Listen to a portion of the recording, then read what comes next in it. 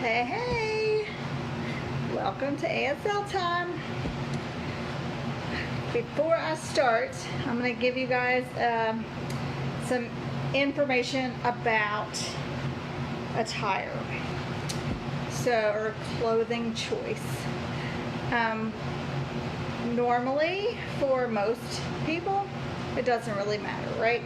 Interpreters are required to wear specific clothes, and tonight I'm going to show you why. So if you're going to something like a deaf social, you might want to consider wearing something similar to interpreters.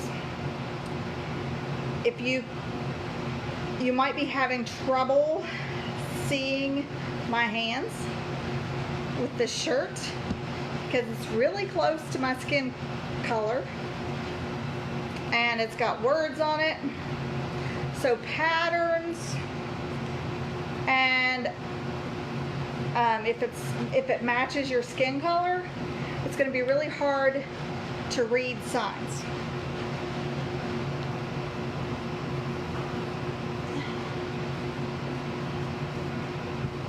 If you wear something solid and different than your skin color, it contrasts, which is what interpreters are required to do, then it's easier to see the hand shapes and movements, which makes it a lot easier on the eyes to watch and gather the information. So just a little thing, heads up. If you see most interpreters wearing black or dark blue, that's why. Okay.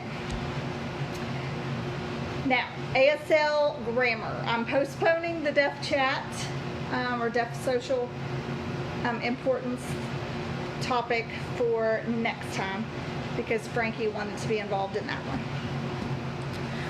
So tonight we're going to focus on personification, which means the same thing as it does in English, just about. In English, we use it not in normal talking, not in formal speaking or anything most of the time, but we use it a lot in writing, storytelling.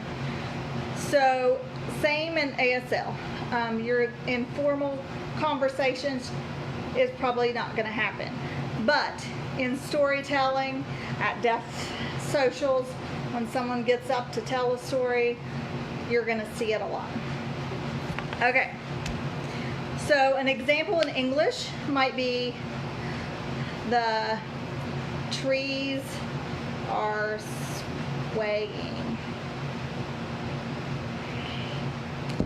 Swaying is something that a person does, and trees, they can't talk, they can't move on their own, right? It's the wind that's moving them. But that's an example, and there's tons. So it's basically inanimate objects coming to life or taking on characteristics of people. So in ASL, same thing. You're going to see lots of classifiers because what happens is that person becomes the thing. And so you will see lots of classifiers. You will see lots of facial expression. And a lot of times that thing, instead of just doing something like a person, it's going to have feelings, it's going to have a personality or an attitude change or something like that in the story, which makes it a lot of fun. Let me make sure I got all the information I wanted to let you know before I give you examples. Yep. Okay. So I'm going to give you an example of an alarm clock.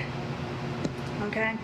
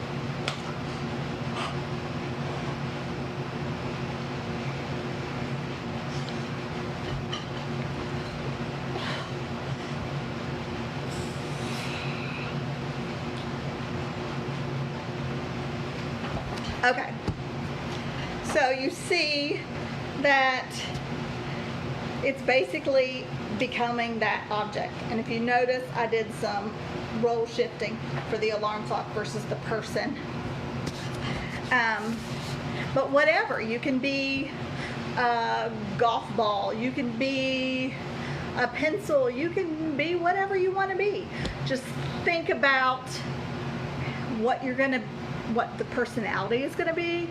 You think about what the shapes are involved in your object, so you can come up with the right classifiers to use.